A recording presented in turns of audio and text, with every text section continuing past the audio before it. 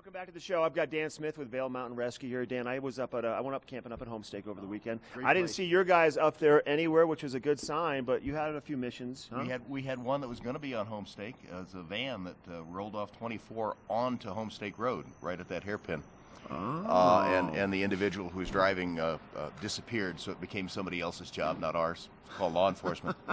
No, we had busy week. Had 5 missions, and we did a fundraiser. We worked for various people to earn money for the team, and we were working for the triple bypass. Okay. So we're up on the Vail Pass running the aid station. A lot of bikers, huh? 3,500 on that on the one over, and then 1,100 going back. And my job's the watermelon chopper.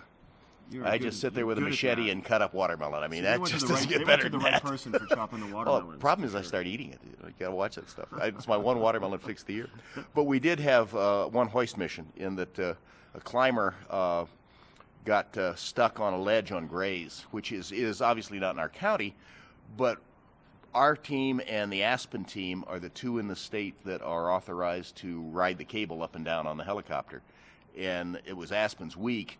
But to fly to Aspen to pick somebody up to fly to Grays doesn't make much sense. Where's Grays? Grays is if you're standing at Lake Dillon looking east, Grays is the one on the right.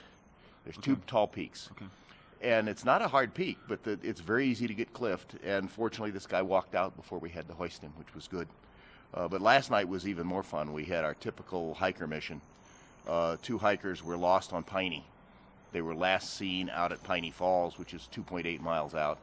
And didn't show up again. So we put a couple of our younger, stronger folk out, and they run that trail, which for a 70-year-old guy is So they're just going up to frightening. the lake and then walking around and going... No, they go to the falls, down? out to the falls and back. Just straight on the low trail alongside Piney. Okay. And they go past where the river turns right. They keep going straight. So they're going downstream? Upstream.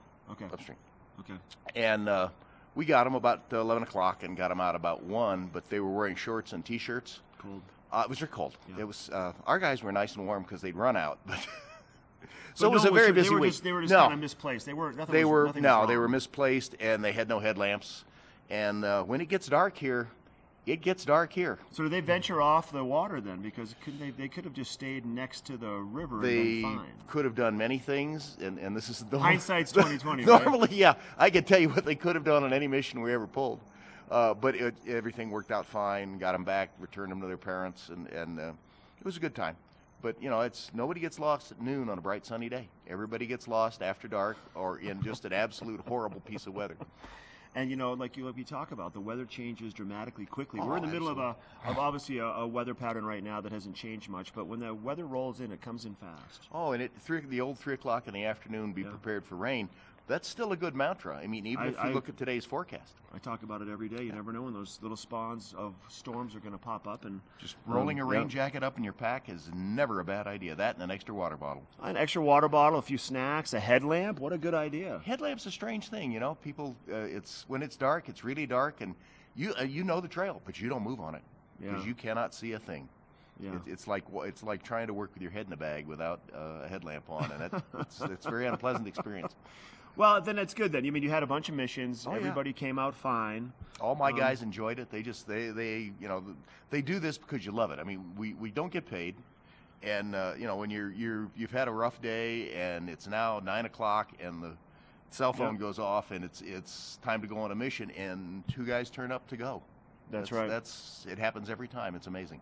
It's an amazing group of kids. Thanks, Dan. My pleasure. Dan Smith, Vail Mountain Rescue. Good information there. Just be advised, bring a rain jacket, a headlamp. If you're going to go out anytime later in the afternoon, expecting to be out there at dusk because stuff can happen. We've got Megan coming up. She's going to give you a look at the sunshine, how much we're going to see today, and those temperatures with your weather.